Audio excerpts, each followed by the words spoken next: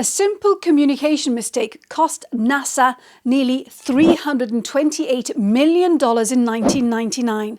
Two teams were working on the path a spacecraft would take, but after months of work and hundreds of millions of dollars spent, poof, it went up in smoke.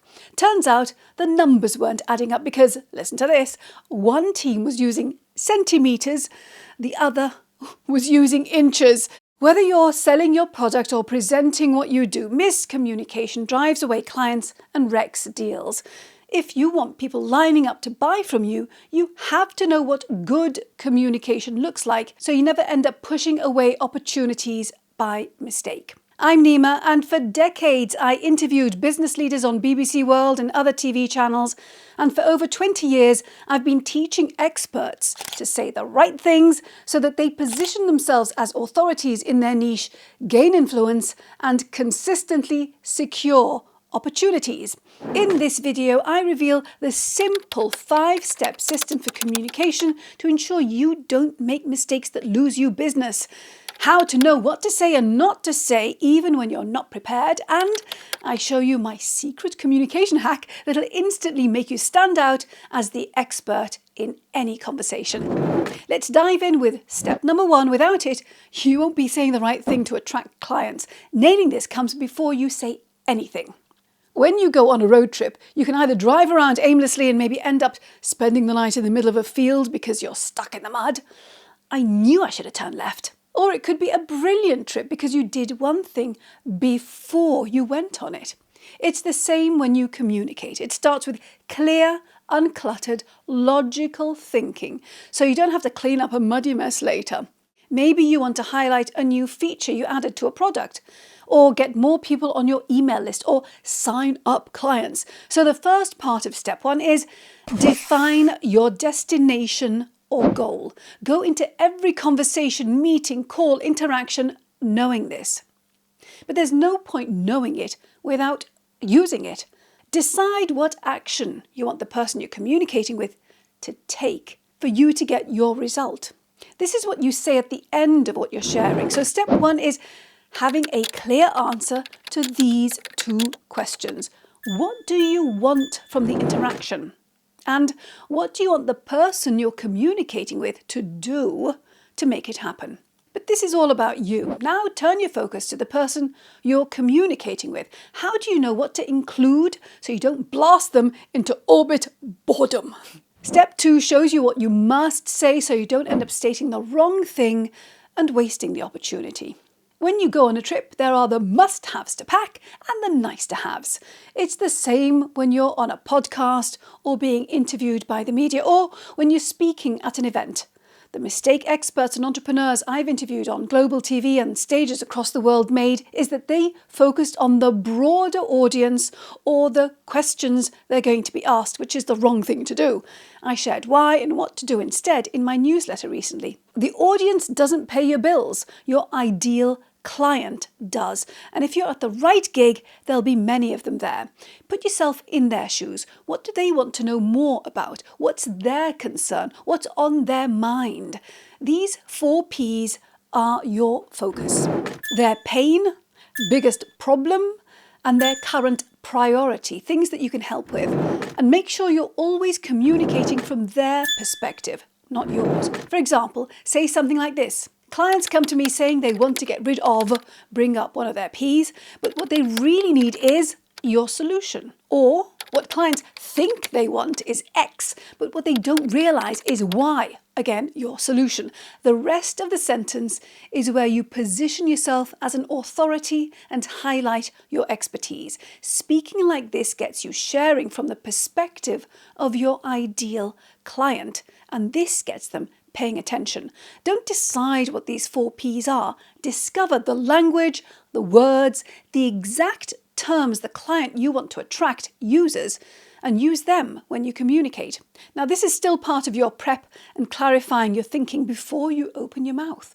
When you are a brilliant communicator, you're able to appeal to the broader audience and answer the question you're asked, plus zone in on your ideal client. So step number 2 is the answer to this question. Why should your ideal client care. If you're not speaking to their 4 Ps, you'll be saying the wrong thing and miss out on using communication as a persuasive business strategy. How can you put this information together in a way that flows and is easy to remember, even when you're caught off guard by, say, an unexpected situation or interaction? This is where step 3 comes in. Without it, you risk going off on tangents, getting stressed, and losing business. Imagine trying to pack for a trip without a suitcase. You've got everything you need, but it's chaos. It's the same with what you know. It's all swirling around in your brain, but where do you start? What do you include? What comes next? Having a specific space for each thing means you don't leave something important behind, and packing becomes quick and easy. It's the same with communication. Instead of staring at a page or going blank, use a structure to fit your information into. It prompts you to include key points and makes the process smooth and organized. This is my favorite one. What? So what?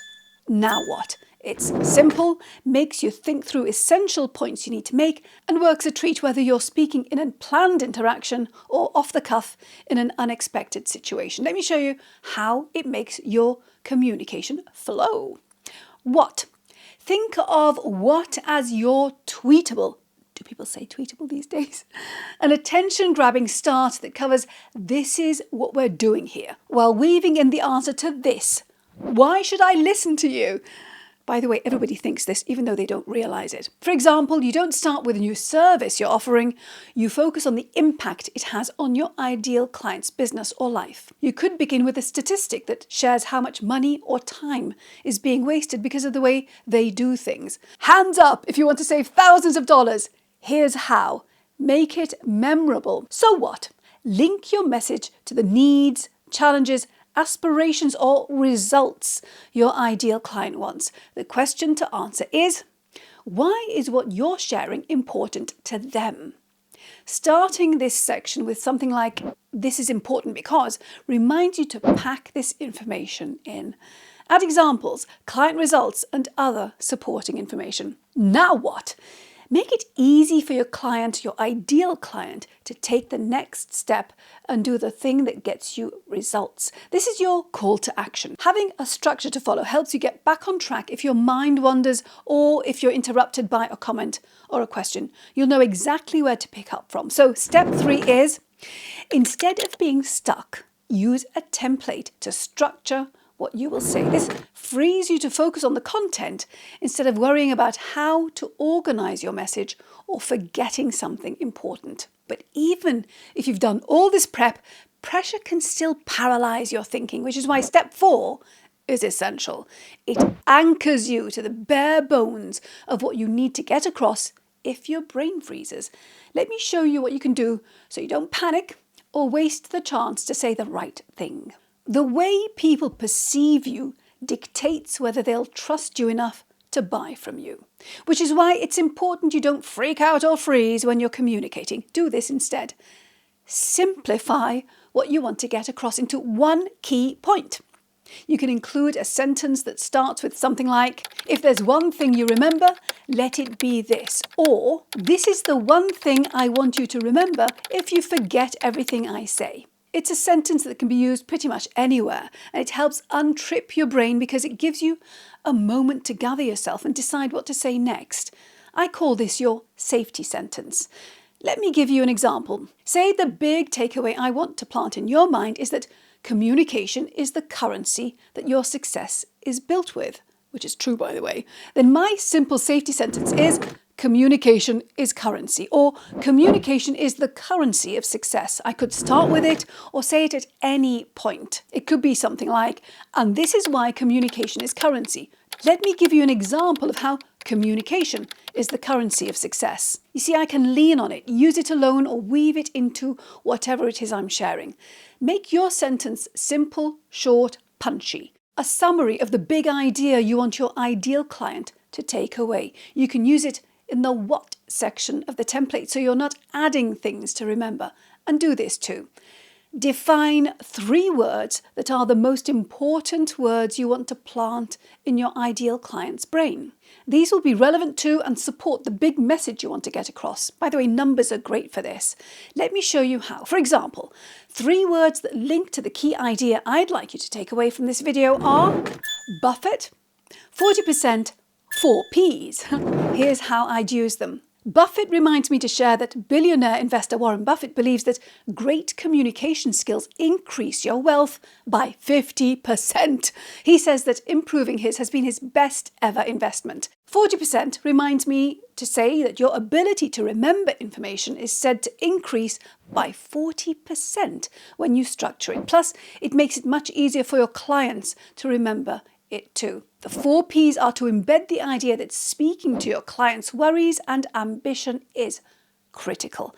Now, I can expand on each of these points if I want to, and you can do the same with anything you want to communicate. So step 4 is have your safety net ready. The 1 sentence and the 3 words you must embed in your head and lean on if your brain is distracted. But even if you do all this prep, you can still end up saying it wrong and costing yourself a chunk of lost income. This is where step number 5 comes in. Applying it means you don't do a NASA. There's a phrase we used when writing scripts for the TV programme I presented on BBC World. It's a way of communicating that most experts and heads of business don't do instinctively. Here's what I mean. Let me show you.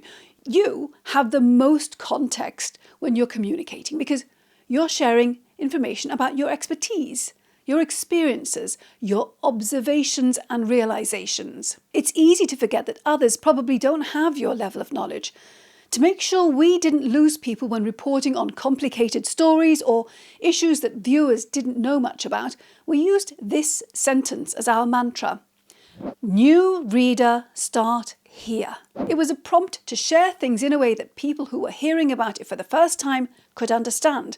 Your job is to communicate in a way that a 7-year-old can understand, as well as your grandmother. It's about giving context, why something is important, how it fits into the bigger picture. The other part of step 5 is this. NASA's mission failed because words meant different things to different people. Any word can cause confusion if one person interprets it differently than another. Let me show you what you can do to make sure your plans don't go up in smoke. Define words. So instead of saying measuring 3 by 5, you'd say this is 3 meters by 5 meters. If it's a concept, explain what it is, what it means in a short, concise way. The meaning matters more than the jargon. Asking the person you're communicating with to share their takeaway, their take on what you're saying, is a great way to get a sense of whether you're on the same page. So step number 5 is never assume. Now, if you think of the world's greatest communicators, they leave no one behind because they say things in a way that everyone can understand and in a way that leaves little room for misunderstandings.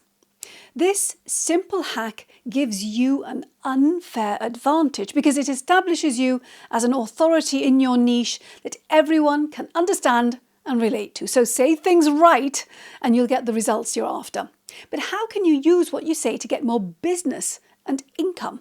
Watch this next video so you don't make communication mistakes that keep you poor. If you'd like weekly tips and tactics to communicate better, subscribe to my newsletter. I'll leave a link below.